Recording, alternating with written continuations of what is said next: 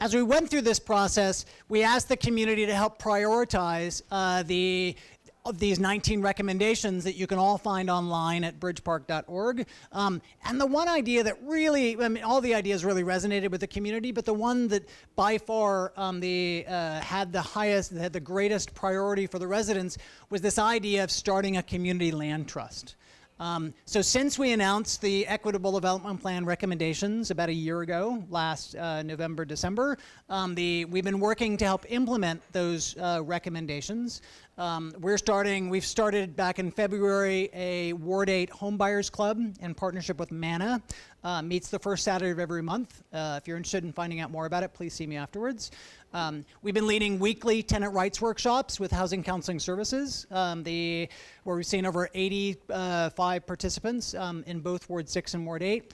And we've been working with City First Homes on this idea to explore the formation of a community land trust. And that brings us to today's program, where we have invited Tony Pickett from the Urban Land Conservancy in Denver, who has graciously agreed to come all the way out from Denver and enjoy our amazing weather sort of while it's here, to give us about a 20 to 25 minute overview, Community Land Trust 101, if you will, of how community land trusts work, what the history of community land trusts are, how community land trusts have really been exploding throughout the country. And then that will be followed by a panel of local respondents. So after Tony is done with the initial presentation, we'll be inviting several folks up to have a larger discussion, who'll be Robert Burns, who's the Executive Director of City First Enterprises, City First Homes, our local ANC 8A Commissioner, Tina Fletcher, Kimon Freeman, the co-founder of We Act Radio, Aha Taylor, the Advocacy Director for Bread for the City, and Brett Theodos from the Urban Institute will be moderating the panel. So with that, let me turn it over to Tony. And please come on in, everybody, because we're gonna close the door in just a minute and begin the program. So please put your hands together for Tony Pickett.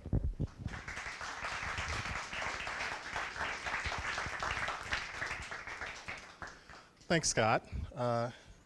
I just want to say thank you to all of you for giving up your wonderful Saturday afternoon to hear this presentation. And it's really important that we're talking about community land trusts right now. You're at the front end of a very transformative project with the Bridge Park. And we're doing the same in Denver. And previously to my experience in Denver, I was based in Atlanta running a community land trust there that was associated with a similarly transformative project. So I'll talk all about that in this presentation.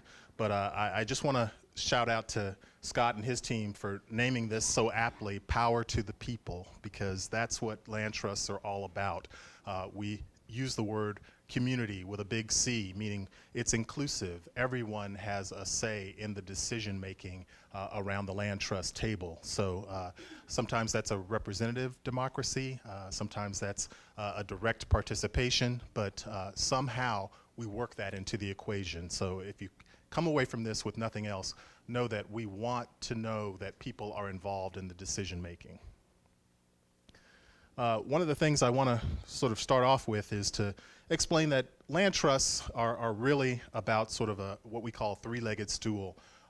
Ownership, of course, of the land, the asset, the real estate, the operation of that, what the management of that looks like, what the long-term stewardship, as we call it, looks like, and the organization itself, the community organizing aspect that I just finished talking about.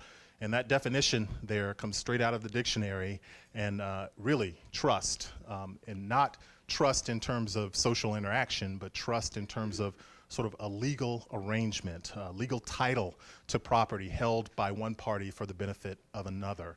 And that's what community land trusts are. They hold the property for the benefit of the community that wants some benefit from that property. And the benefits look like a variety of different things, and I'll talk about that in just a second here in my next slide.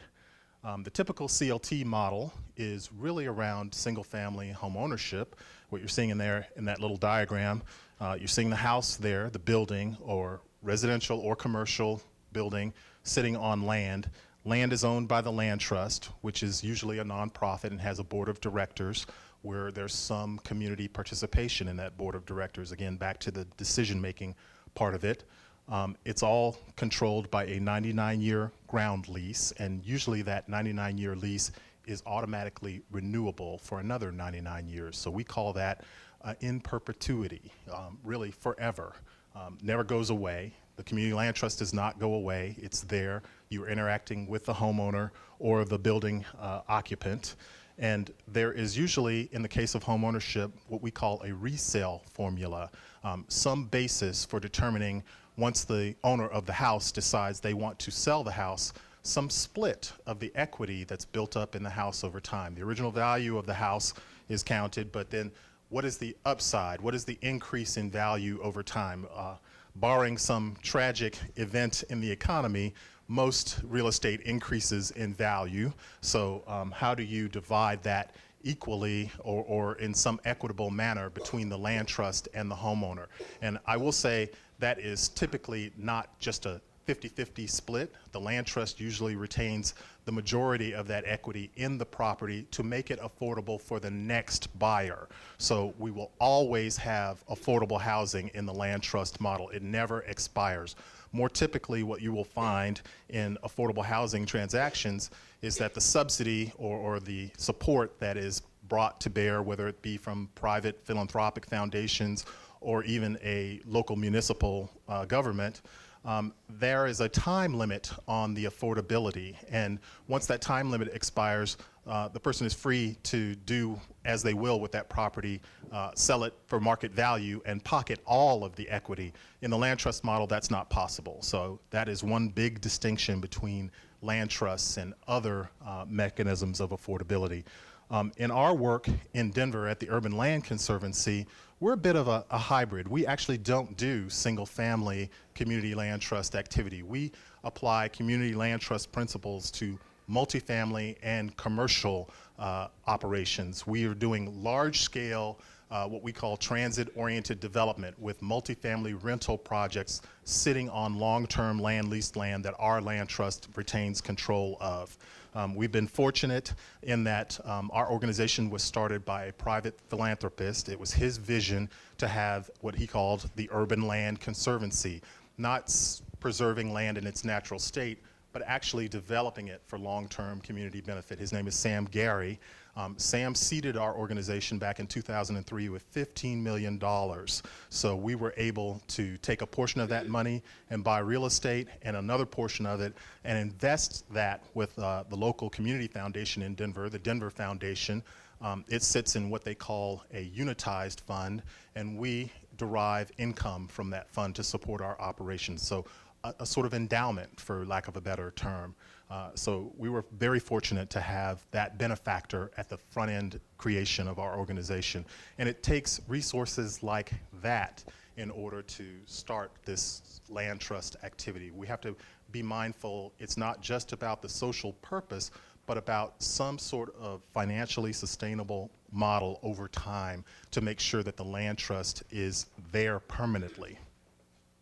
What they have in common between these two extremes of the land trust model is that we're both controlling land and we're in it for the long term, that long-term stewardship and what we call land banking. Often what we're doing in Denver is going out in advance of the market, buying strategic assets in strategic locations. In this case, we have an over $7 billion investment going into a new rail and bus transit network throughout the Denver region, and we are going in advance of the market at station areas that are planned in advance and acquiring real estate, whether it be vacant land or buildings, and again, preserving affordability and providing a variety of community uses. And you're seeing some pictures of our work, the New Legacy Charter School up there on that diagram, and a multifamily building under construction. And there's one of our community meetings where we're actually soliciting input from the residents that are going to be affected by the development. So again,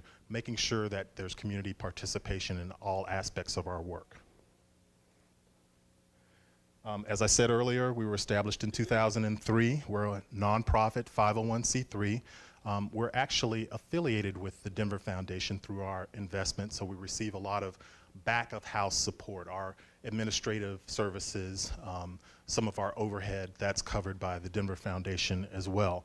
But what I want to point out is that that $15 million in seed capital today is now $68 million of a real estate portfolio, so we've grown it over time, and we're leveraging that with other private and philanthropic capital to over $400 million as we build out these developments on the various sites. So we started with 15, we're at 68, we're able to bring to bear other sources to get to that 400 million. So it's not all on the land trust, it's partnerships, it's investments.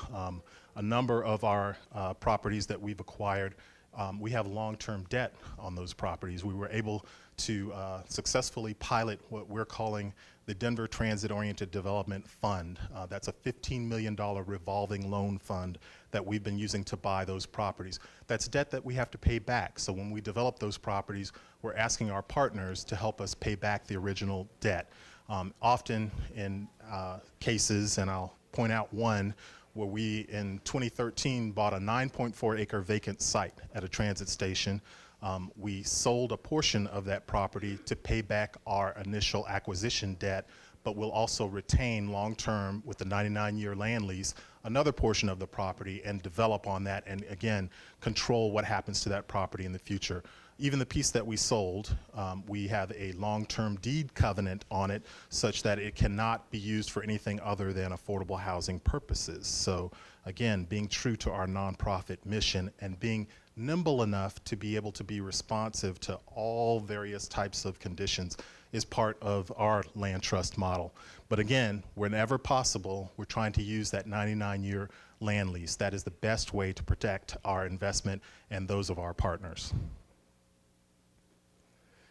Where did all that come from? Everybody wonders and they think that, yeah, that sounds really complex and sounds like some really brilliant people sort of sat in a room somewhere one day and came up with it.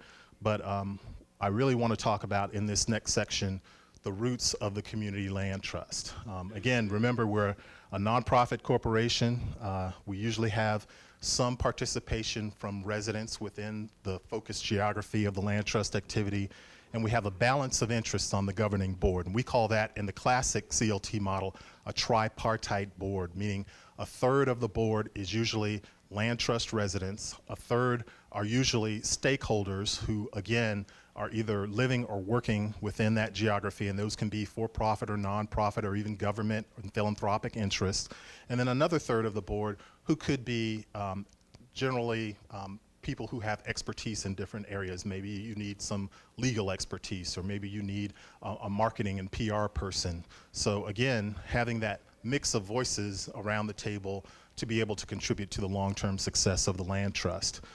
These 5 individuals down here are the ones that are responsible for the Community Land Trust model. They are varied in both gender and race and background and experience, and I'll go into each of them in the next portion of this presentation.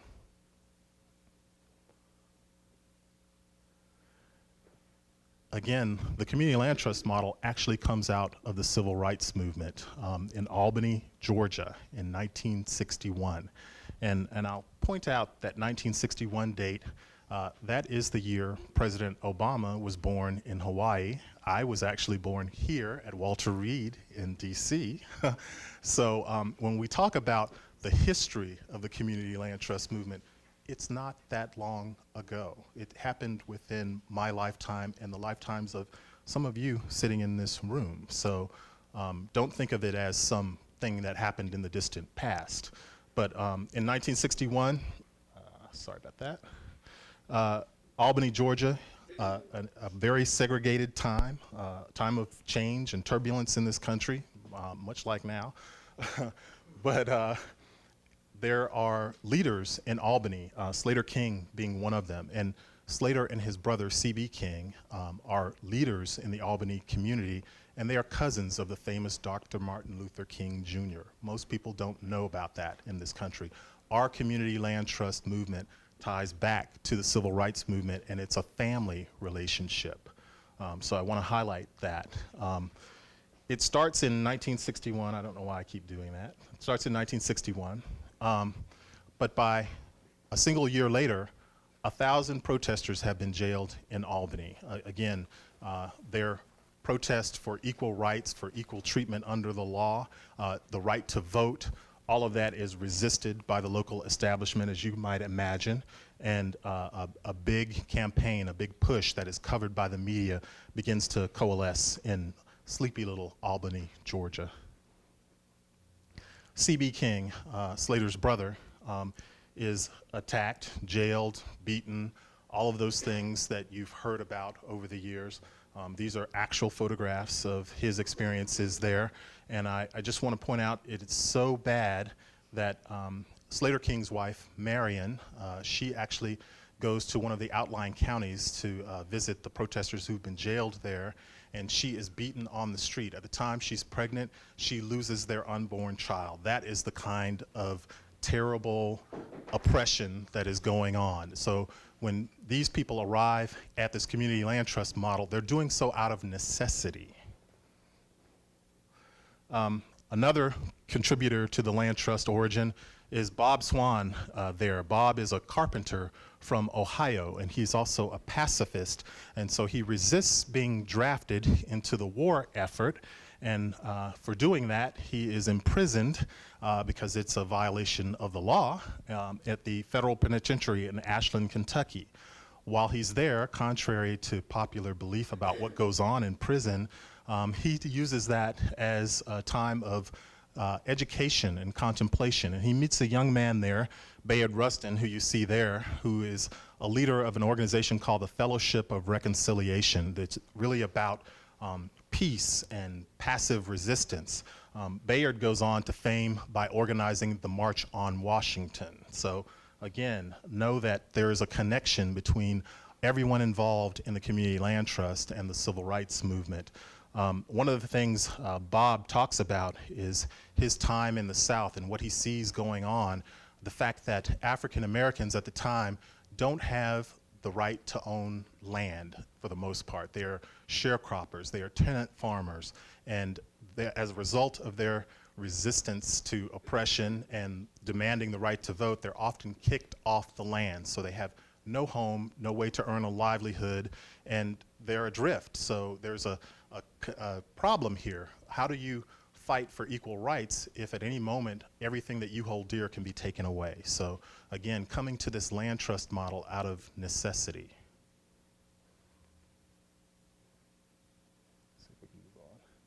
And then Bob actually begins to devote a lot of time to the South. He goes down and helps to rebuild firebombed churches in Mississippi. And while he's there, he learns that several of his friends have been jailed in Albany. So he goes to Albany to assist them and meets Slater King's brother, C.B. King, who is a civil rights attorney in Albany, to try to help his friends. So they're coming together, again, to try to overcome some really difficult circumstances. There's an earlier intersection of the Swan and the King families, and I'll talk a little bit about that here. Bob Swan's wife, Marjorie, when they are living in Yellow Springs, Ohio, works for an organization called the Congress on Racial Equality, or CORE. And she becomes friends with a college student at Antioch College who is Coretta Scott, who later becomes the wife of Dr. Martin Luther King Jr. So it seems like fate is bringing these people together over time. Both Slater King and Bob Swan are torn by this question: how do you go from being a protest movement to an actual constructive movement? What can we do about the circumstances that people are living under and enduring in the South? There's a young man named Charles Sherrod, who is also part of those 5 people that I mentioned earlier. He is working for the Student Nonviolent Coordinating Committee, better known as SNCC. He comes to Albany, Georgia. He is going door to door talking to tenant farmers and sharecroppers and saying, you have to register to vote. You've got to challenge authority. You've got to do something to help yourselves. And you can see the quote here, them saying, but I live on someone else's land who's opposed to all this, so what do? Do I allow myself and my family to be dispossessed from our home, or do I just sort of endure it all? Charles, as a young man, you see him there, he eventually marries an Albany native. Her name is Shirley Miller at the time. Shirley, actually, her family is from Albany, Georgia, and her father, before she can go off to college, is killed by his white neighbor in a dispute over livestock. And she decides she is going to stay in Albany and fight for equality after that happens. So some very tough circumstances have brought these people together. Also, one of the five, Faye Bennett.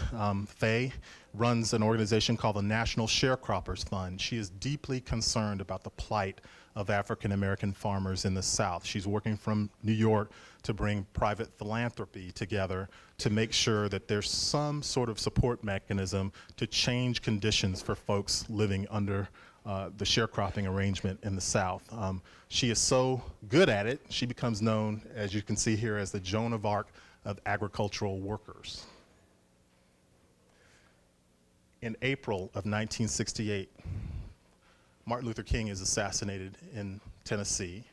There's a big funeral procession, but the people who are working around the table of the civil rights movement have not given up. They are wondering, what can we do to bring some sort of economic development strategy to the civil rights movement to make sure that people actually have some control over their destiny in terms of land ownership. There's a trip in June of 1968. Remember, Martin Luther King is killed in April. In June, 8 people go to Israel to begin to study communal ownership of land. You can see 4 of the 8 are one of our 5, 4 of our 5. Charles Sherrod, Faye Bennett, Slater King, and Bob Swan. So again, they're borrowing lessons from Israel to bring back to the United States to figure out how do we gain control of land in a communal fashion. It's probably impossible for individual tenant farmers in the South to do that, but what if they could do it collectively? They come together along with, right there, Congressman now John Lewis of Atlanta and several other folks that you can see around that table, and come up with the idea of a nonprofit called New Communities. That is the first land trust in the United States, New Communities. New Communities controls 5,600 acres. At the time, it is the largest African American land holding in the United States. There is a short documentary film, excellent documentary film, about New Communities called Arc of Justice. If you're interested in knowing more about that story than I have time to tell you here today, I would recommend going to www.arcofjusticefilm.com and buying that DVD. There is so much more to the New Communities story. I've only told you half of it. There is a part that gets us to the present day, and it is a saga, I will tell you, but it is inspiring. Again, these folks have courage, they are determined, they overcome great odds to form that first community land trust, and it's with pride that all of us in the land trust world really link ourselves to them. Our efforts link directly back to their efforts. So Shirley Sherrod and her husband Charles are still alive today, working in Albany, Georgia, doing amazing work. Again, they are an inspiration to us all.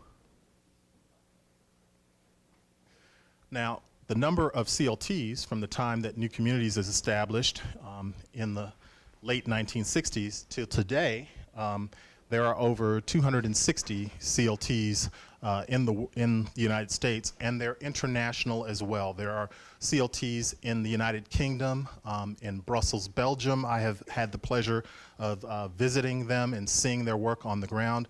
They're even in Australia. So again, having sort of this international now community to draw from is a great testament to the actual power of the CLT.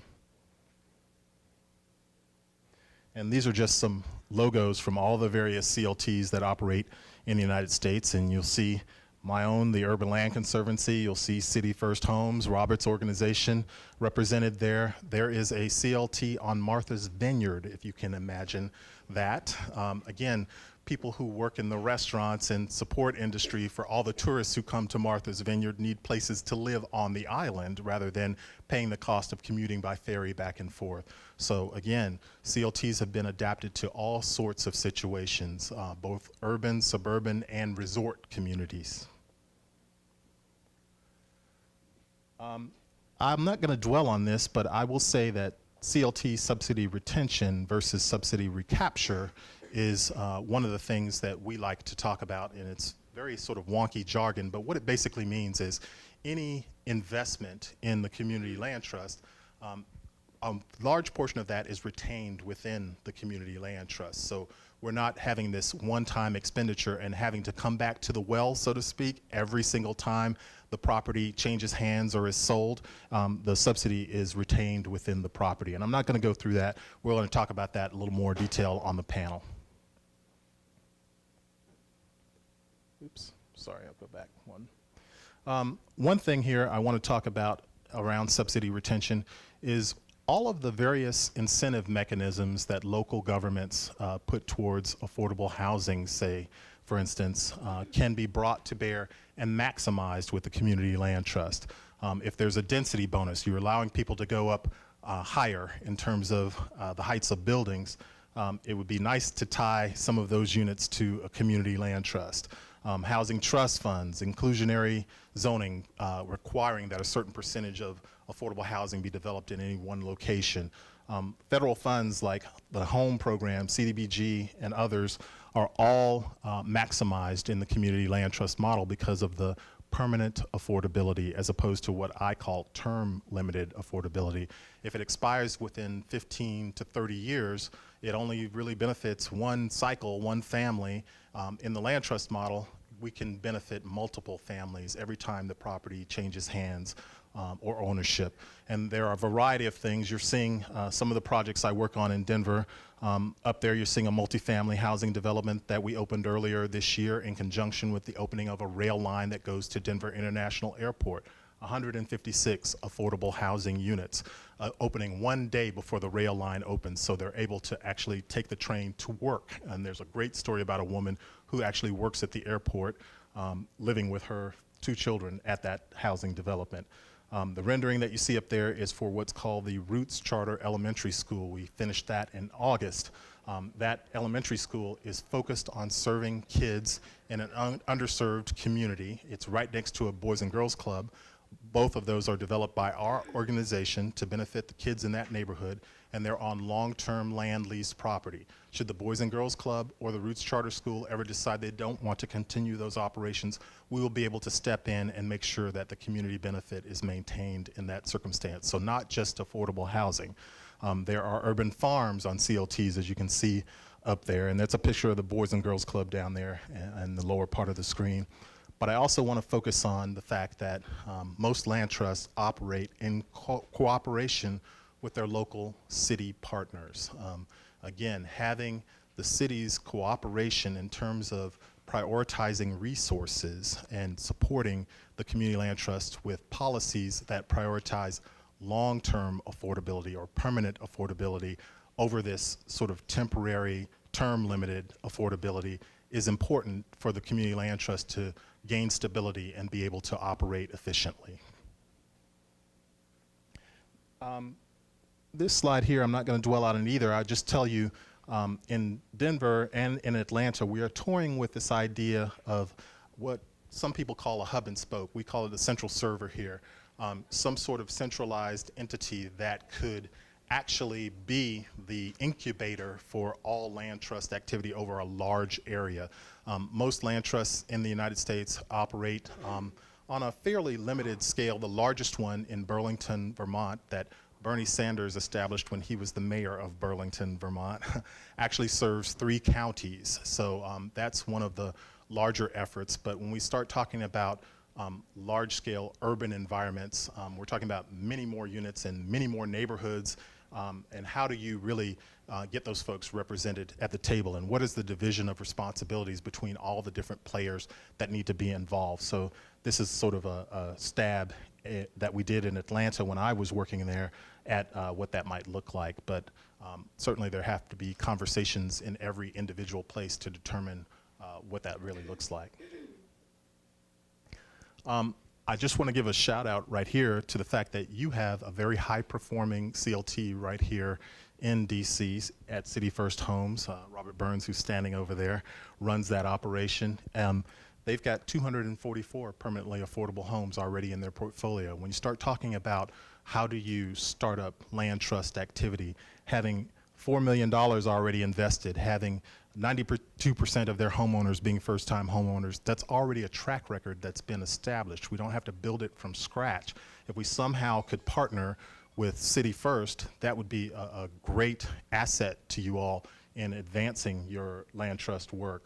We're looking at that same model in Denver with the Urban Land Conservancy, again, branching out of our multifamily and commercial activity into single-family home activity, because we have come to realize that is really where the most need is. And if we're going to be true to our mission and really respond to the community's needs and desires, that's where we need to focus some of our energy. So right now, we're developing a business plan to figure out how we can best partner with other entities in the Denver area to figure out how to maximize the scale of our community land trust activity.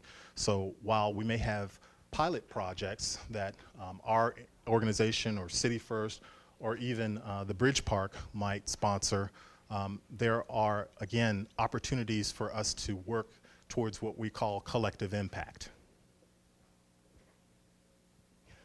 I want to talk about how I came to be here with you today, and you can see the Bridge Park rendering there. I'm actually in conversations with other jurisdictions outside of just Denver.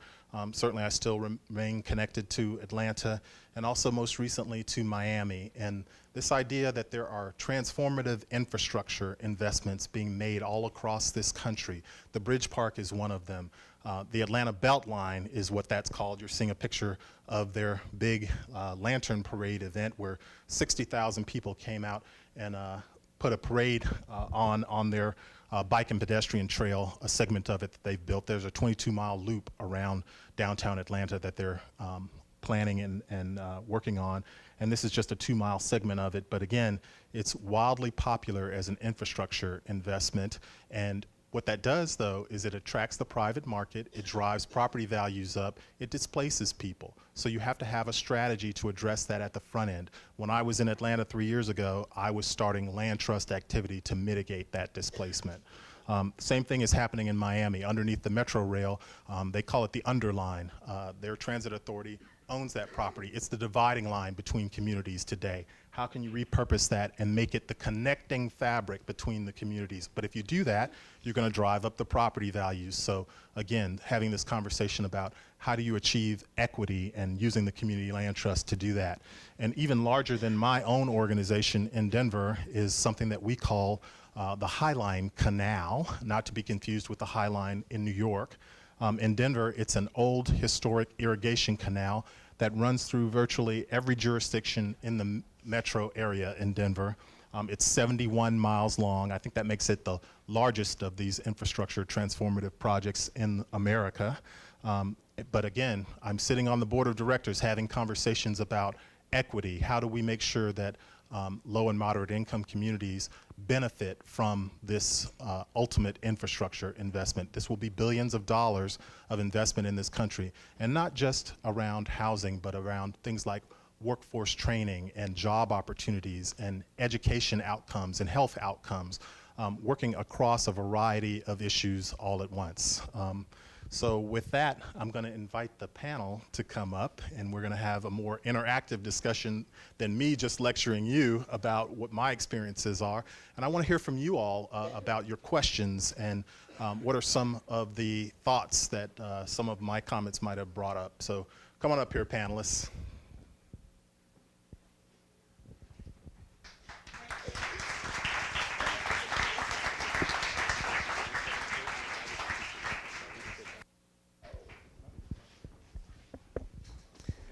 All right. Thanks again, everyone, for turning out this afternoon. My name is Brett Theodos. I work at a nonprofit research organization called the Urban Institute here in town. And I had the privileges of working with a couple people in this room on the task force to think about equitable development, and actually also lived around the corner for several years, so have somewhat of a firsthand experience and exposure to the importance of affordability preservation in this neighborhood. But I have the easy job right now because I get to ask the questions, and these are the folks who have to give us the answers. So we're going to have a dialogue back and forth. I've also got some questions written down to kick us off, but we also want to hear from folks in the room. What are the things that you're grappling with? What are the questions that you have? How could this work in a DC context, this type of model? Because we have seen a lot of other jurisdictions along the line be able to make strides in a way that DC hasn't really fully coalesced around. So in that way, we feel like DC actually has room to grow in this arena. Montgomery County has a really established long inclusionary zoning program. Fairfax, some other even local jurisdictions have made some gains in ways that DC really hasn't seen yet. So we're excited to talk today about how it is that this might be a model that could work here. So maybe we could just, I know we got names earlier from Scott, but we didn't get faces. So maybe we could just run quick down the line and give everybody your name one more time now that they have your face, and then we're going to jump in with our questions. We got Tony. All right. So Robert Burns, I'm the Executive Director at City First Enterprises, City First Home. I'm Aja Taylor, I'm the advocacy.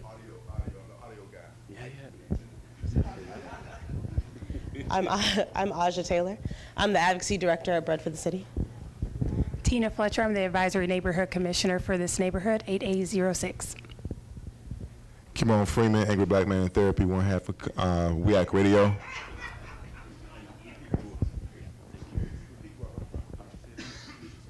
Robert Burns, Executive Director at City First Enterprises, City First Homes. Great. So we're going to start down on the end, all right?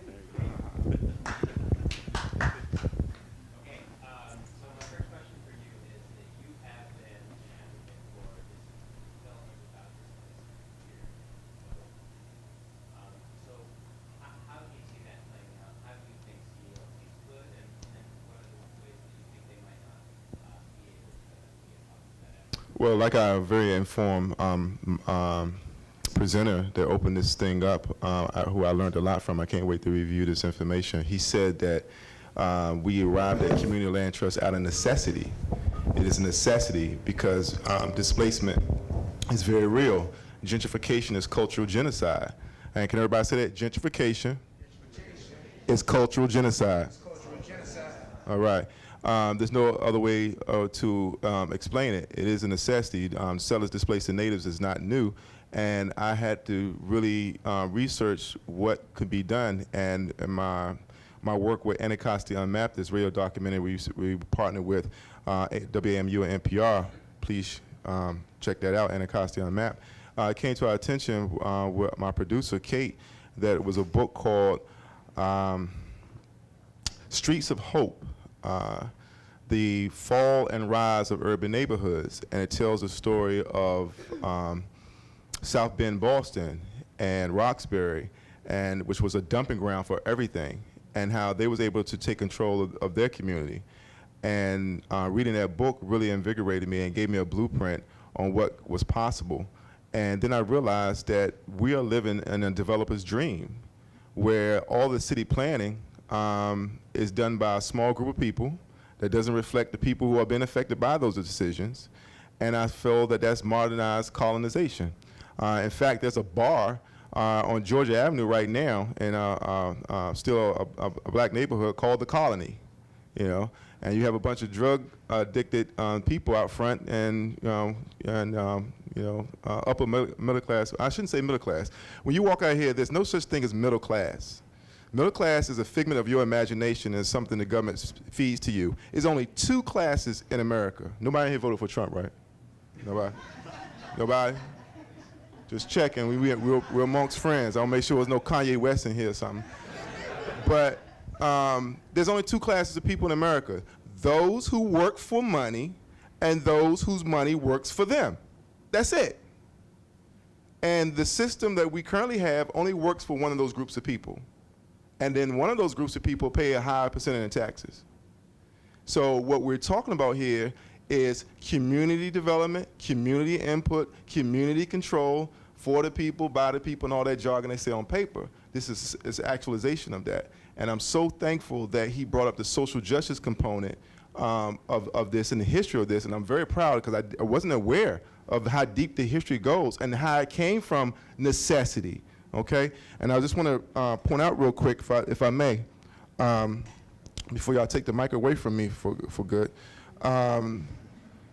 We need to understand that where does this come from? Because we tend to think that, you know, well, this is a handout, or this is, you know, pull yourself up by your bootstraps and all that crap. What we need to be aware of, when you go to the doctor, they ask you about your medical history, because your medical history and your family is a direct relation to that diagnosis and the prognosis of what you're dealing with going forward. But when it comes to us, they don't want to talk about history. They want to hear now, we're all equal and what have you.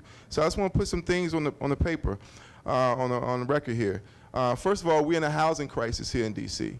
The vast majority of us pay more than 30% of our income in housing. That is federally recognized as a housing burden. How many of y'all pay more than 30% of your income in housing? Okay, so this is not just a black thing. It's those who money work for them and those who work for money. So this is something that should be resonating with all of us. There was a policy called planned shrinkage, which was a public policy coined back in the 70s in New York by Housing Commissioner Robert Starr, in which the city would stop investing in troubled neighborhoods and divert funds to communities that could still be saved. The policy was applied to the South Bronx and Harlem by closing subway stations, firehouses, and schools. Without adequate firefighting services and police protection, residents faced waves of crime and fires that left much of the areas devastated, hence property values down. And then you go back to those same areas who are now being currently gentrified and bought up. So these are results of city planning, and this is an effort to us to be involved in that process. And I'm sorry to take up so much time. All right. I wanted to add to Kamon's remarks. DC, I'm not from DC originally. I'm from Arkansas, where there's plenty land to develop in the small town that I'm from. In DC, there is very limited space to develop. I remember being here this time last year for a similar meeting about development east of the river. Now that east of the river is the only place in the city where our metros aren't developed. And so everyone is looking at east of the river now. But every parcel of land is owned by someone. So there isn't a lot of available land to buy in this area. And as many of the individuals who, if there are any individuals who live in the neighborhood, a lot of the vacant properties are owned by the city. So when we talk about city planning, the city has to take a conscious effort and make a decision and say, we're going to give up this property and give it to an organization that's going to develop affordable housing. That is a lot of the problem that we have here. People email me often looking for homes. They want to purchase, people of various races and income backgrounds looking for somewhere to live, but there's very limited space to live here, very limited numbers of properties. And DC is a very small city. It's not the same size as Harlem. It's not the same size as Chicago and other cities that are going through some of the same challenges, and it's just very limited. So in a city where we're also paying very high housing costs, there just aren't that many places to live in. And over here particularly, we have a lack of not only residential housing, but we also have a lack of commercial real estate. So people reach out to me and say, I want to bring my business east of the river, but there's nowhere for them to put their business because we don't have any commercial property. So I think those are different areas that we have to look at too. When we're talking about this issue. And when you look at Berry Farm and Poplar Point and St. Elizabeth's and these projects that are coming down the line, the city owns them, or the city, this very small group of people that make the decisions, these projects are going out without the community really knowing about the process or how these things are coming about. So I think communication is an area of concern that we have to start talking about too. Great, thanks. Let's go next. And do you mind saying a little bit about your organization and your role, Aja? And then what is it that you're hearing from constituents in the organizing work that you do? Sure. So again, I'm Aja. So Bread for the City is a direct services nonprofit that's been around in DC for about 42 years. started out by some well-meaning church folks helping sex workers who needed medical care. And it just started growing and growing as an organization, as they recognized the sex workers were coming in and had these needed medical care, but then also were experiencing food insecurity. And so we added a food program, then added social services, and most recently legal services. So, and actually that's not true, most recently an advocacy department. So in terms of my role there, so I manage a team of pretty dope-ass organizers who organize primarily east of the river and have been really, probably I would say, keeping on Scott, dogging Scott, have been really curious about what's going on with the 11th Street Bridge Park project. And part of that is because, so before the 11th Street Bridge Park project, before we had heard about it, we had been thinking about land trusts, but not actually understanding like what it was.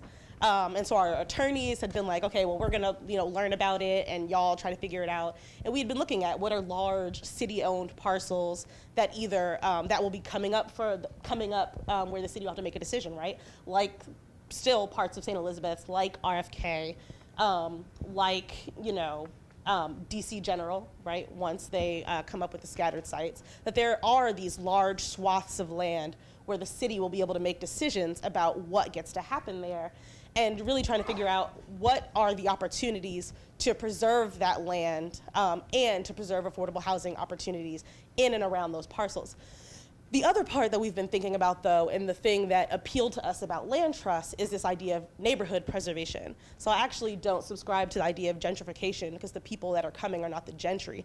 It's displacement, it's colonization, it's all of these other things. But I refuse to actually engage it as gentrification because they are the social or moral betters of no one. And so there's this idea, but I do agree that it is cultural genocide. And that what is essentially happening is that an area that I've grown up in and around is literally, I liken it to watching someone, if you ever watch someone die, if you ever know someone or have loved someone who's like died from something that's eaten them away slowly, that is what it feels like to still be around here.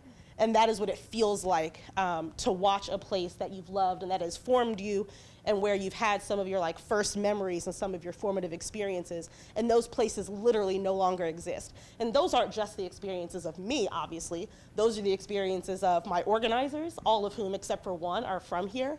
Those are the experiences of the people that we organize. Those are the experiences of other people that we have on staff, where there's just this feeling that all of these things are happening without us. And I'll be honest and say that what worries us even about the Bridge Park is this idea that with such a quick development timeline, is there going to be an opportunity to put in place the policies and the infrastructure that's going to be necessary to actually make this power to the people and actually make this an endeavor that will actually work, right? Because 2019 is in 2 years. And if we're talking about this being complete in 2 years, it begs the question of, is this something that we should have been talking about sooner? Can you share a little bit about organization and whether and in what I don't think your mic is on. All right. Whether and in what ways you see a CLT working in the Bridge Park footprint here. And I'll give a little bit of background and appreciate Tony also being here. I just want to say a couple things. Tony's a friend and a colleague from Denver. We both serve on a national board which is called the Grounded Solutions Network, and Grounded Solutions is the national organization of community land trusts from around the country. It also includes some international components too, because Tony touched upon this, but not only domestically, but community land trusts are growing all across the world, particularly in Europe, where they've seen similar housing increase and gentrification pressures and displacement efforts in cities across of Europe. So there's been a big effort there. But City First Homes was created probably at not the best time to create an affordable housing organization in 2008, which was at the height of the housing crisis. Really didn't get started until 2010, but has since gone on, and Tony talked about this, to have a portfolio of 244 permanently affordable units across DC, We have a very keen interest and have been part of the Bridge Park effort since it started. And what we like at City First is it's been very much community engagement, community involvement, to have the idea of a community land trust come up. This is not something that City First came in and promoted. This isn't something that another affordable housing provider did, but hearing that idea come up as something the community wants is something we would like to be part of. We operate a portfolio. We have a lot of the infrastructure. We're very much wanting to get the community engaged in what you would want to see around a community land trust. And over the next year, along with the Leverett Street Bridge, the city and other partners wanting to do feasibility around what this is going to take. And I think very keen. Part of the challenge in affordable housing and displacement in general is you're always scrambling to catch up. You often feel, Aja put it very well, you almost are too late sometimes. So we want to get ahead of this as much as possible and try to find those opportunities out there to preserve the land, because the beauty of a land trust is you're preserving the land. And that is, it goes back to the historical content, but it's really about that preservation. You can build housing on it, you could build commercial, you could do other things, but the community and organizations are controlling the land in different ways, which is very important. I'm gonna let you get the first crack at this, but I'd like a couple of you to come in on this question too. So we've been hearing a lot about CLTs and what they are and how they work. How about in this context, how many units do we need? How much money do we need for those units? And how do we fund it? Where does money from CLTs come from? So let's start with Tony, and then a couple of the others jump in on these questions. Well, I can tell you that there's no one answer to that question. It happens in a variety of ways. A lot of times it depends on sort of the context and the circumstances that you're dealing in, but I would say you have probably one of the more compelling cases to make in terms of being at the front end of a project that threatens to displace folks, making an argument that there needs to be some intervention in the private real estate market activity now in order to prevent that, just as you put so nicely. I would say, again, talking to some of the larger philanthropic entities, talking with the city, making sure that everybody is sitting around that table coming up with the same common goal, which is to prevent this displacement, to make sure that there's mixed income development, that there's an opportunity for people who want to stay in the neighborhood to remain in the neighborhood. In terms of numbers of units, there's no correct answer. One of the things I've been suggesting as I talk to different groups around the country, and even in my own work in Denver, is you need a business plan. It's a business. A community land trust is a business. Figuring out what sort of portfolio you're going to create, whether it be all residential or whether it have commercial, what are the expenses that go along with operating that portfolio, and what is the income that the organization can derive from that portfolio. Again, when you become the landowner, there's some responsibilities that go along with that. It's not all just a plus and money that comes to you. There's money that has to be outlaid at the same time. And who can you partner with? Oftentimes we partner with both for-profit and nonprofit entities who can bring other resources to the table. That's that $400 million that I was talking about that our portfolio is leveraging today. So I would suggest, again, straightforwardly, that again you begin to have this conversation about what are the land acquisition opportunities. Even before you get all of the infrastructure for a community land trust in place, you need to figure out what land opportunities there are. If the city owns land, that is fantastic. And if they are willing to partner with the community land trust and to put that portfolio to use, that is something you need to be talking about. Yeah. So part of this, so our folks at DC Fiscal Policy Institute were in this group together.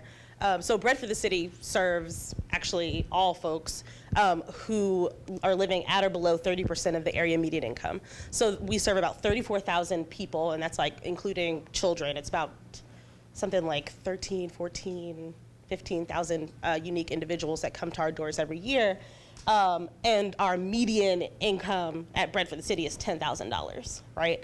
So part of the reality, so a couple things. One, I don't think it is realistic to think that a land trust that just east of the river or just this development is going to satisfy our affordable housing need. And I hope that that is not anyone's intention. The density would be insane. Also, it's incredibly expensive. So it's about a $680 million problem to house, over the next 10 years, to house all of the people who are at the low incomes and extremely low incomes. So people who are living at 50% or below of the area median income. So it's incredibly expensive. But when you think about a city who's able to spend $700 million on policing people and jailing them, it seems that we might have some money in a $13 billion budget to prioritize people and their housing. People's first crack at stable housing should not be when they're in prison. And we should be a city that recognizes that and it wants to invest accordingly.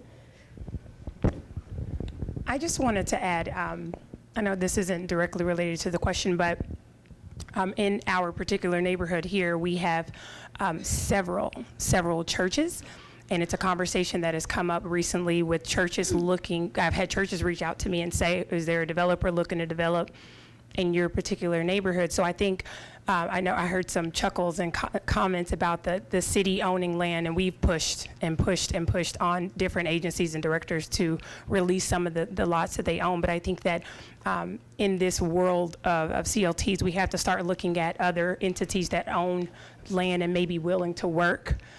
They can retain the land, but look at ways that they can develop without losing their land. And so I think that religious institutions, especially east of the river, because there are so many, that would be another place to start looking.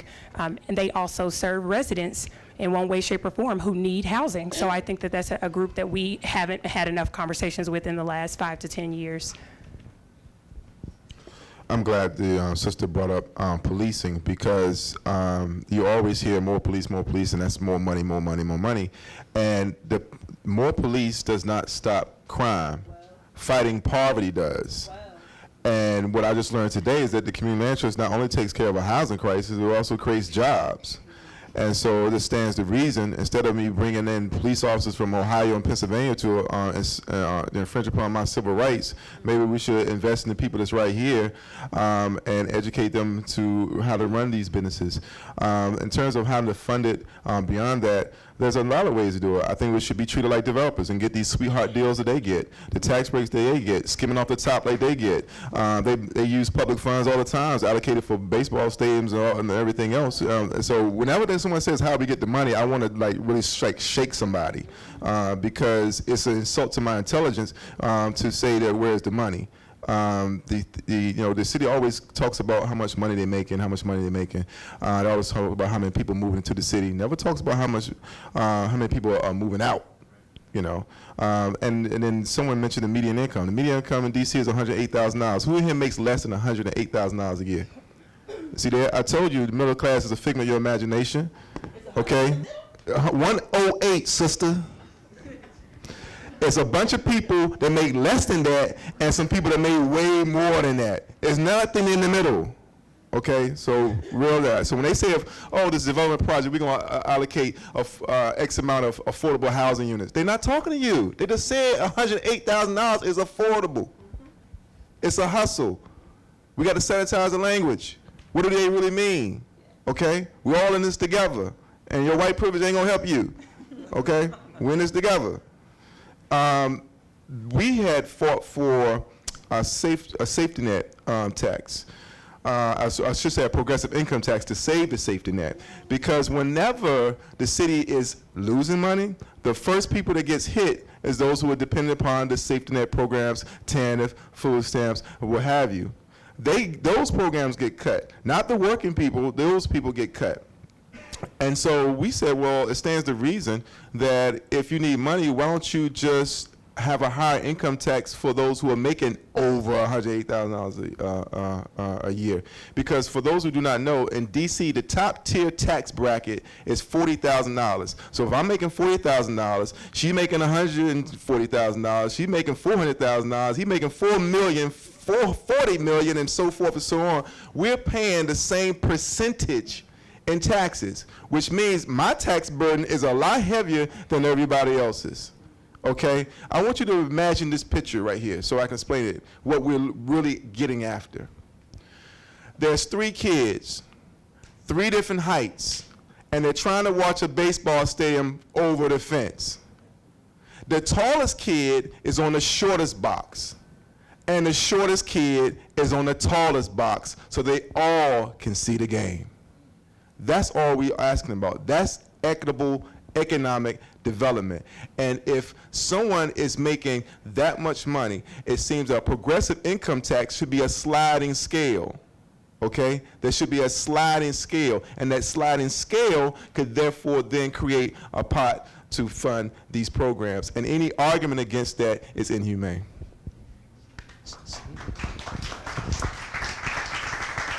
So one bit of context that's important here locally is that in some parts of the city, somewhere like more than 80% of people who live there own their homes. But in the community around here, it's more like a third. So in an area like this, where such a great share of people living are renters, the displacement pressures are actually all the stronger.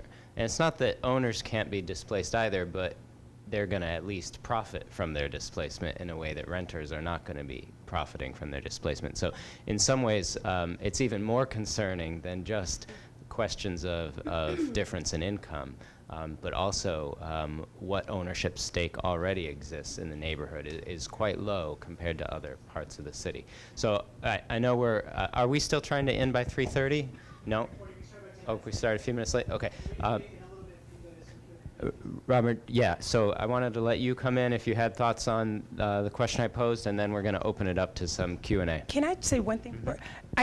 It goes beyond displacement, though, when it comes to having 75% of your residents be renters. As an ANC commissioner, it's hard to even keep up with who's living in the community because people are being evicted every month. I get calls every month. Someone was evicted. Can you call DPW so that their items can get removed from the sidewalk? And it's hard to build community when people are afraid every month of being gone the next month. So when people ask me, how is it being an ANC commissioner in Anacostia as opposed to my friend who's an ANC commissioner in Georgetown, we do totally different work. I'm helping people find housing every month, whereas she's, fixing sidewalks. That, when we talk about community land trust, it is hard to build a community when things are changing every month because people are being pushed out or displaced. It affects the way that even homeowners are able to build a community here. So I want to make sure people understand the impact it has on the entire community when housing is one of our top issues, and jobs. It is a huge issue here. That people can't find work. And that's another conversation, but I want to make sure we think about that piece of the impact of not having ample housing and the rent costs going up every month because rent's going up west of the river, rent is going up here. And so that it's a huge, huge deal in trying to build community. I think points very well spoken thus far about the need. The two things I would point out around housing, one, that housing is truly foundational. When you think about all of us go home to something, you hope, but there's a lot of people that don't have a home here in the city, and that's all across the country. But how foundational that is, but how that also connects to all of the other systems, jobs, everything else that's being talked about. There's really a fundamental argument here that I want folks to bear in mind about community land trust or shared equity housing that we've been talking about today. If I invest money into a rental community and a low-income housing tax credit, which is a common way of developing property, they often only go for about 15 years. At the end of that 15-year period, you could completely lose the affordability in that building. The beauty to me of a community land trust, this is why I've loved this model ever since I discovered it more than 20 years ago in Vermont, is that it is about preserving that affordability. The subsidy stays with the property. It's a great investment. If you're trying to persuade somebody about affordability, this is one of the best investments you can make. And not only you invest it front end, but when someone sells the property, one of our homeowners describes it as paying it forward. that you're actually able to keep some of that subsidy in the property or all of it, and then you're actually able to contribute some of the proceeds from the sale back to that property to help keep it affordable. So in addition to the community aspects, I fully believe you can make a very effective argument about why this makes sense as a model to invest in, as opposed to putting money in a project. And I'm not saying that those projects are also not needed, but if you're thinking about long-term, or why we always feel like we're behind when it comes to affordable housing, this model can really solve a lot of those challenges. Okay. Because so I'm thinking about what you're saying, and Ed, I'm glad you're here, because maybe you can also answer this if no one up here can. But I feel like you would still have to layer the subsidy, right? I mean, so if we're thinking about having, if 75% of the people east of the river are renters, and like, so at Brentford the city, the median income of the people we're seeing is 10 grand, then having a plan that's all about homeownership is not realistic. And that's okay. Like, so also, I feel like we should also get away from this idea, several things. I don't know if, I see this a lot where people are like, Black people have to own homes to build wealth. And, you know, I hope everyone goes to the Urban Institute's data release on November 30th, where you'll learn a lot of things about race, racism, and home ownership. But one thing, I'm an economics major, so one thing, this isn't quite a spoiler, but it's really difficult for Black people to build wealth in Black neighborhoods because of racism, right? You have a lot of people in Congress Heights, whole blogs dedicated to the fact that people's property values won't rise, and people attribute it to all of these things, like, oh, it's because of like blight, or oh, it's because of like this, and I'm like, I hate to break it to you, I mean, I don't, but it's because you're Black, right? And because you live with other Black people, and because like shit's racist. So, so it's not, the property values are going to be lower because of racism, right? And because the way that land has been commodified from the beginning of time is quite racist. But I say all that to say, like, we would still have to figure out how to layer subsidies so that people who are renting could still rent, and so that we could still have multifamily properties, because that's a reality. And co-ops aren't for everybody, and shared equity isn't for everybody. One solution, not the only. Yeah, All I right. agree. You've got to have a full spectrum of housing opportunity, no doubt. So you've got an all-star panel here. You've got leading advocates and representatives and organizers and people leading housing organizations. So now's the chance for you all to jump in and get some of your question and answers. So let's start here. Hi, my name is Khalif Davis, and first off, thank you to the panel. Very, very great information. So I'm from Atlanta, Georgia, Tony, and one of the things I've been watching closely is the Atlanta Beltline, and I've actually spoke with some people who, you know, kind of manage the Beltline and whatnot, and one of the things to me that they say that gets in the way is that, you know, speculative landowners, they pick up the property and they hold, right? And I don't think they necessarily had the benevolence of a philanthropist in Denver. So can you compare, you know, their model with, you know, Denver's model a little bit more and see, you know, what the funding mechanism for that model is? Because I think it's great context for DC as well. Yeah, I'll say, without getting into all the technical jargon, really, the Beltline's affordable housing strategy was built around something called tax increment financing, and taking a portion of the tax increase in the properties around the Beltline. They knew there would be increases in the property values, but taking those tax increases and putting them into a fund to do things like build infrastructure, and taking a percentage of that money and putting it towards affordable housing. Well, when the recession happened, there was no increase in the property values, so there was no money to tap into to do things like buy land for affordable housing or subsidize affordable housing deals. So they got behind. They had a 2,500 unit goal of producing affordable housing within a 30-year period around the Beltline.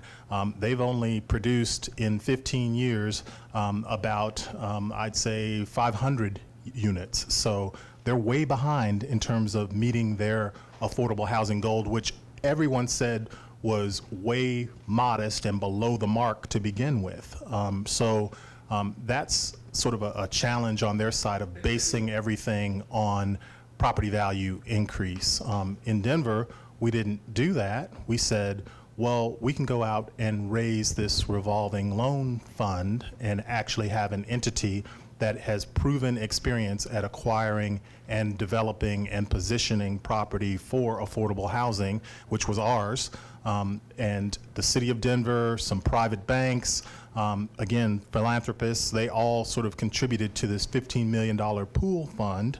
And we went out and bought property with it and then used the private sector's expertise to develop those properties with low-income housing tax credits and layered subsidies, but with the caveat that we would either retain ownership of the underlying land or put a deed covenant on it to make it permanently affordable, so we would not lose that investment, to Robert's point. So again, when I was in Atlanta, I was pushing for a policy change to permanent affordability. If we were going to invest any public subsidies in developing new affordable housing, it needed to be permanently affordable as opposed to the term limited. And no one ever sort of got behind that in terms of political will. Now they're wishing they had. Great. Let's start here and then we'll come to the back. Hi there. My name is Sheldon. I'm a resident here in Ward 8, just outside of historic Anacostia.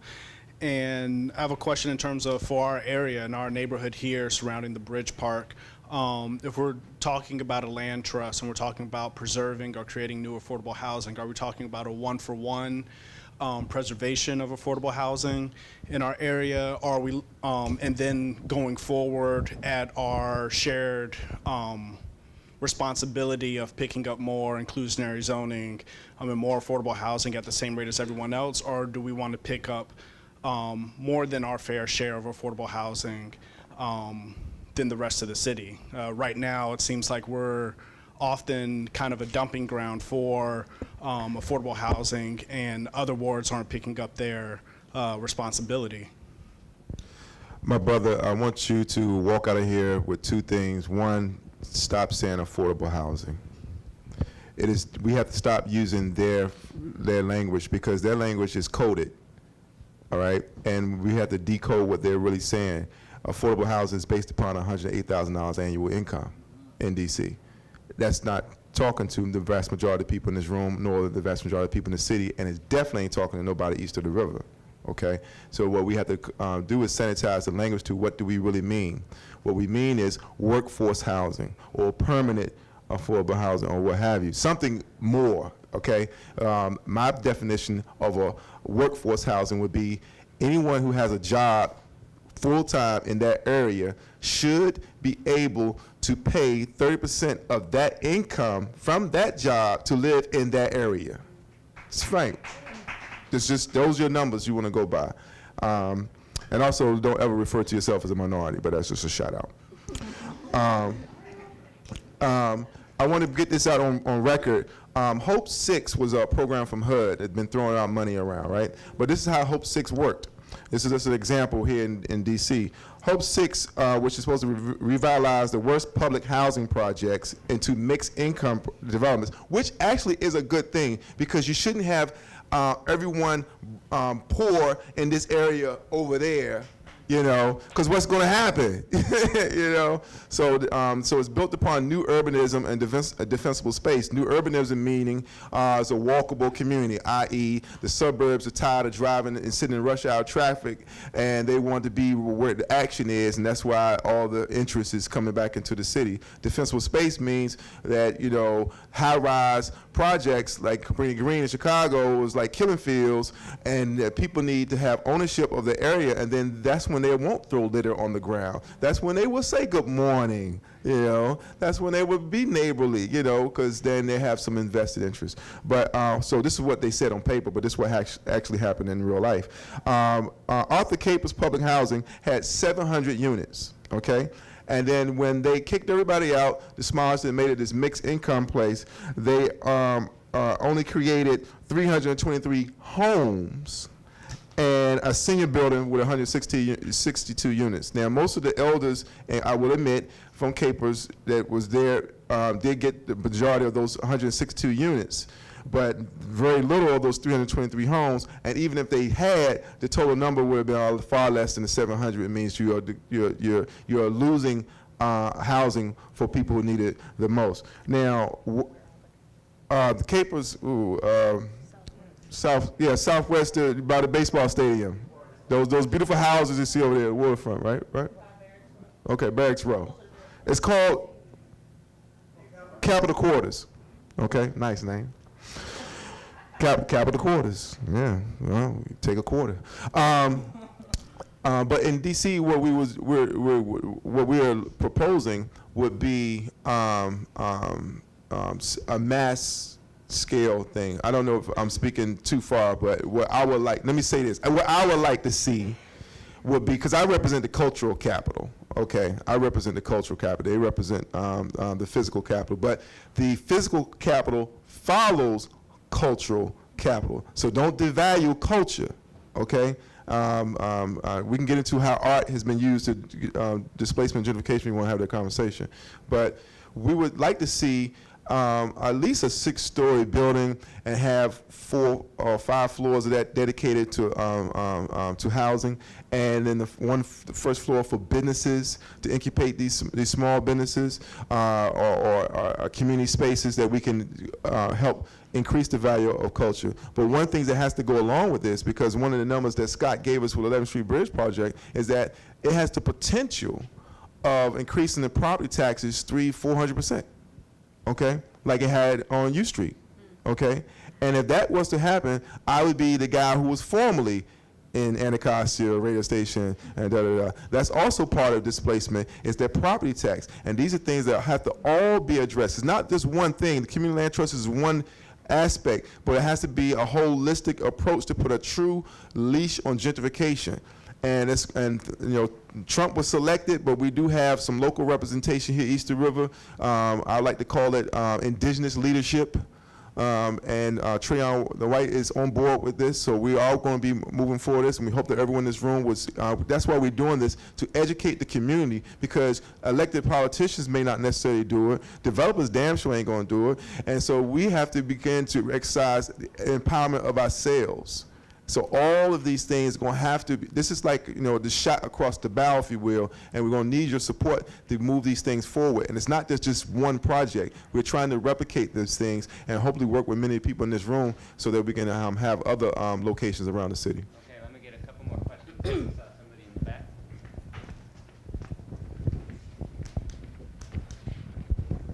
Hi, I'm Paul Ashlier. My wife and I recently moved into the neighborhood and were lucky to be homeowners. But it seems to me that community land trusts are a fantastic idea, but more of the exception rather than the rule. And so, and that's striking to me, given that the vast majority or a majority of people would benefit from CLTs. If you can if you can try to answer this question for me, which is, I'm trying to figure out if there's a model out there of a city government that works to make CLTs and other such forms more common, if not a standard, if not the standard, in their community. And how do they do that? Sure, and Tony can also contribute to this, but I would say Denver is one that certainly has been investing more. Interestingly, and I'll just speak from a national level since you're asking about cities. One of the things, since we're part of Grounded Solutions Network, the national organization of community land trust, there's been a tremendous surge in interest among cities, particularly in the last 2 years. But you've got cities as diverse as Houston, where they're facing increasingly heightened displacement pressure as well as values. The city is behind the effort there to create community land trusts and expand those citywide. In New York City, there are 5 areas of the city that the city has been active in trying to create community land trusts. But then step to a city which is very different, which is Detroit, where you're not facing the same pressures, but Detroit is seeing what's happening in other cities around the country. they do have availability of a lot of land and a lot of housing. The city is making investment there to preserve it. But it's not just big cities, it's small cities and it's rural areas. So there's lots of examples around the country.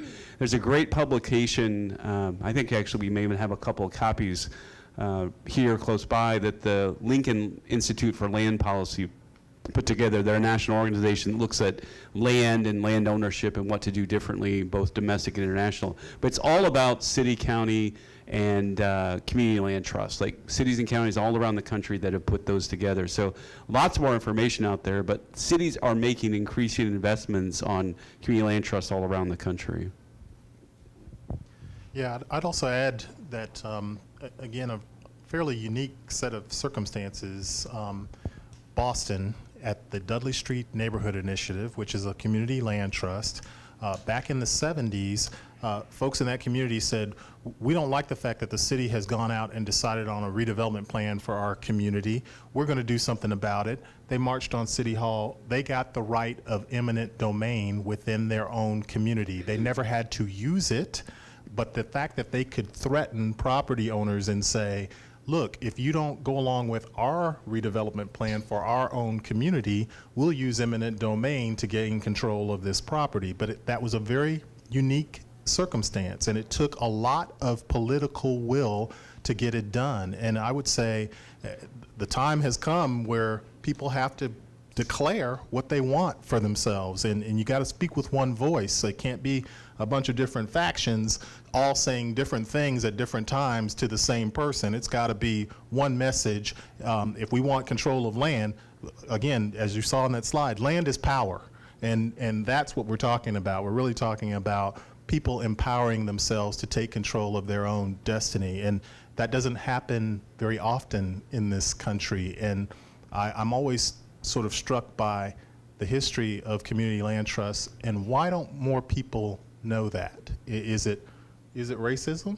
That's one of the questions you have to ask yourself. It's like, do we want to just deny the fact that this really great model came out of the civil rights movement and could really help a large portion of the population in this country?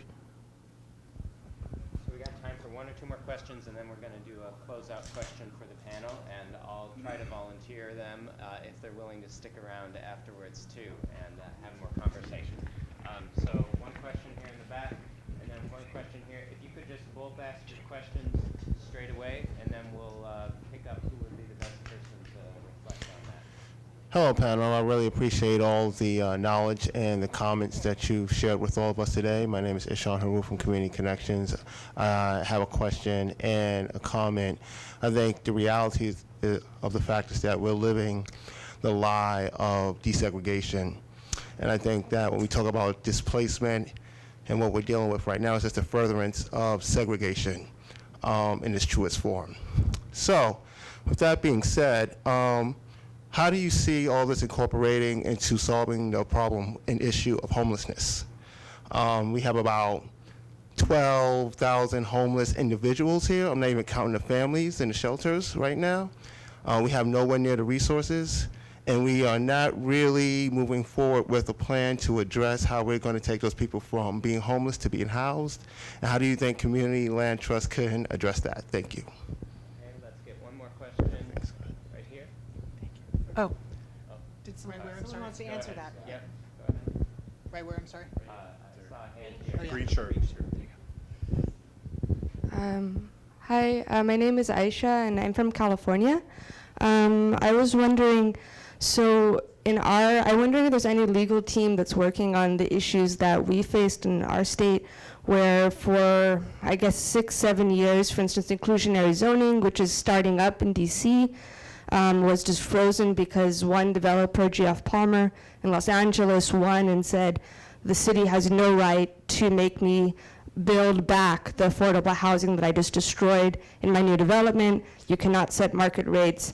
And that one decision out of Los Angeles froze inclusionary zoning throughout the state until very recently they're starting to push back.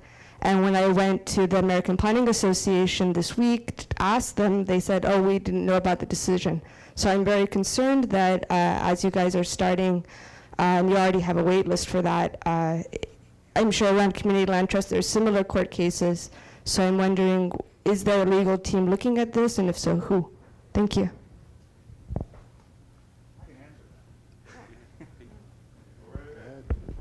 Hi, I'm Hank Brothers. I'm an affordable housing lawyer in D.C.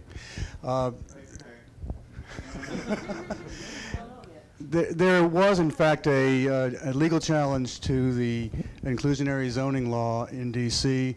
It was on the basis of the takings clause of the Constitution.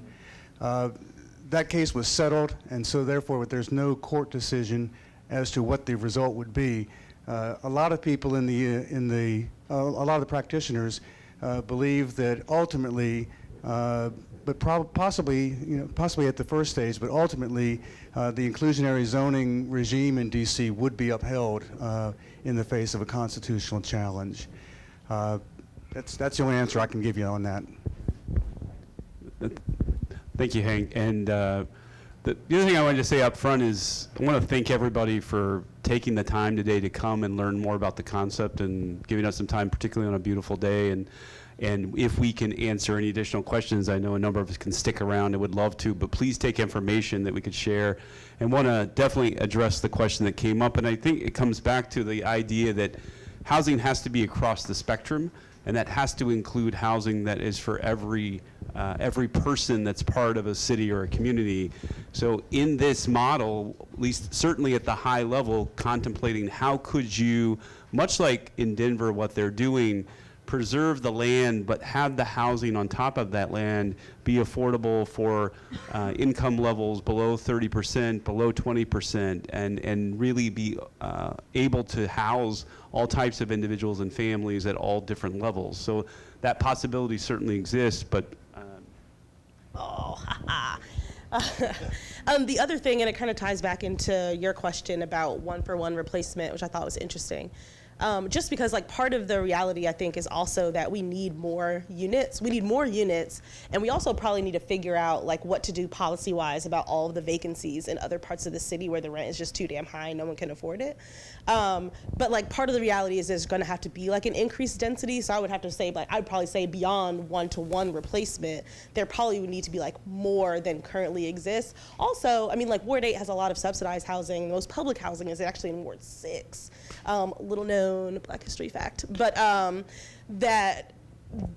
yeah, so like there's this I don't even know where I was going with that. Well, I just want to say two things. One, we in Denver, our organization has successfully partnered with a homeless service housing provider. We actually bought an old budget motel, tore it down, held it until they could assemble all of the resources they needed to build a 110-unit homeless housing facility. So yeah, our community land trust has worked across the spectrum of different housing types.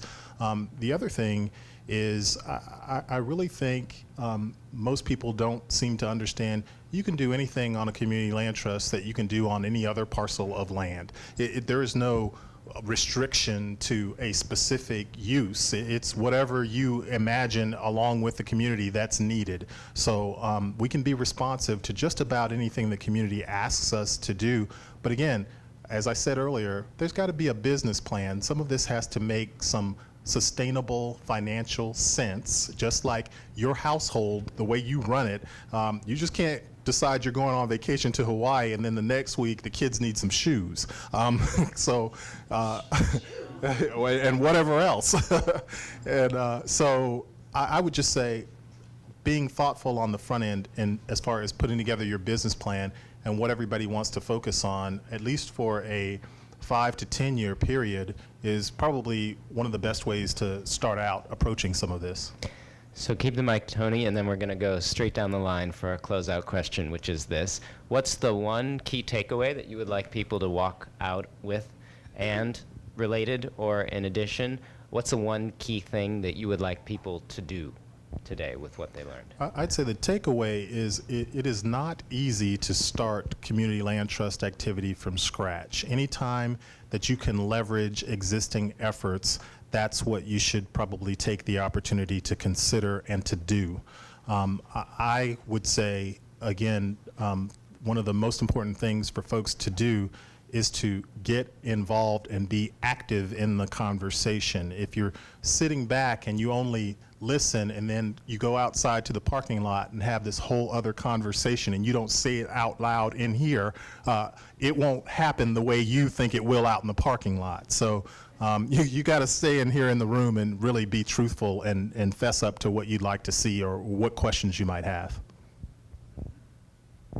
Similar to Tony, it's be engaged, be active in this discussion as it evolves, but hopefully this is giving you some tools about what this model means and use it to advocate about the power behind the model. Hopefully that equips you in a very heightened way, and if anyone here could provide additional information that'd be helpful, please let us know. Mine would be to organize and to think critically. I think that the 11th Street Bridge Park project is probably full of wonderful, nice people with really great intentions. I think that at the end of the day, it's still a business. And I think that residents who live here will need to organize and will also need to really be critical, right? And ask good questions and not be super trusting because it looks good on the outside. Because people could have great intentions, and when feet are to the fire, they're making different decisions, and that no permanent friends, no permanent enemies, but stay woke, my friends, and organize.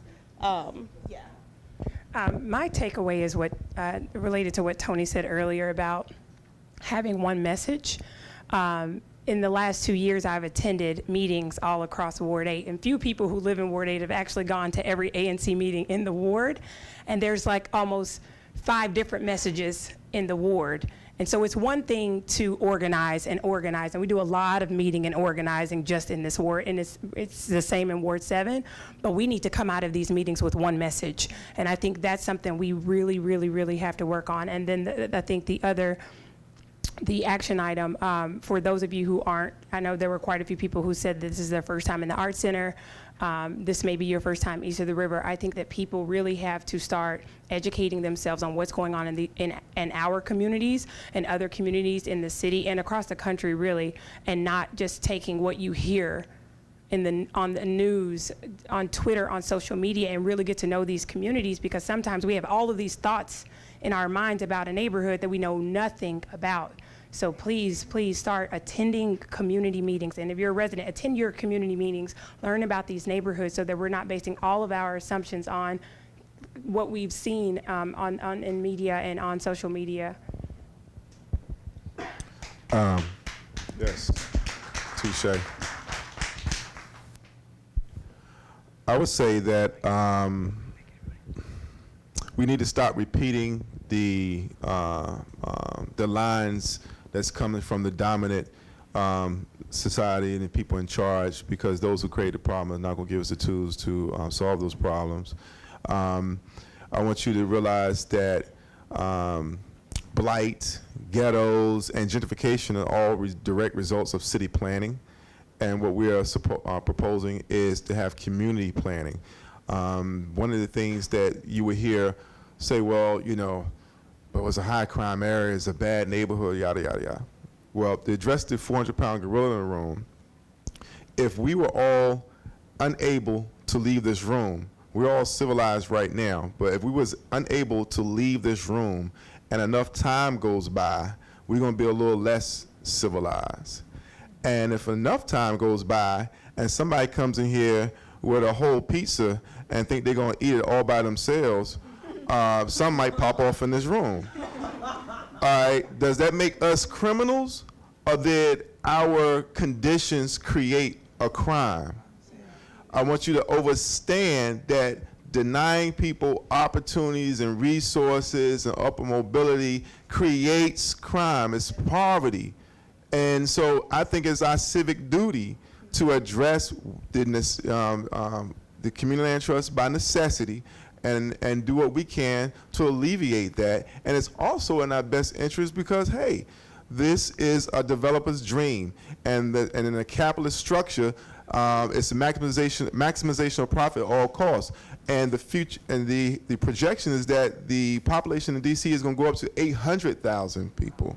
Okay, so all this is going to go up. So whatever you're paying now, above 30%, is only going to go up. At some point, we have to begin to do the work that's going to cap it. Otherwise, we're just going to be exploited until we can't take no more. And on top of that, just a bit of information, if you were listening to WEAC Radio and WPFW and WAMU and NPR, independent media outlets such as that, you will know that in 2018, the DC Water is building an aqueduct. And this aqueduct is going to take all the storm drainage, i.e. sewage, and it's going to take it from the river and take it directly to the Blue Plains treatment plant. So two things going to happen. Blue Plains is going to smell even worse, and so the profit around there might go down, but everyone else along the river, the waterfront property, it's going to be 50% cleaner overnight, which means it could potentially be double in value overnight, okay? So these are the type of information we have to see what's coming down the pipeline and make it adjusting accordingly. And I hope that we won't allow us to be divided, because the gentleman pointed out that we had to start speaking with one voice. We may have different ideas on what we want, but let's have one voice and saying, yes, community interest is a good idea, you know? And if I can get the whole room to say real quick, all power to the people. All power to the people. Then I think we might have a chance to move forward. I'd like to thank the Arch for hosting this great program, all of the panelists and our moderator who took time out of the busy day. And I'd encourage everyone to go to bridgepark.org and download the Equitable Development Plan. The Bridge Park is part of a cultural nonprofit building bridges across the river at the Arc. Download the plan. You can reach out to any of us. We're going to be around for a while too. And as I think all of the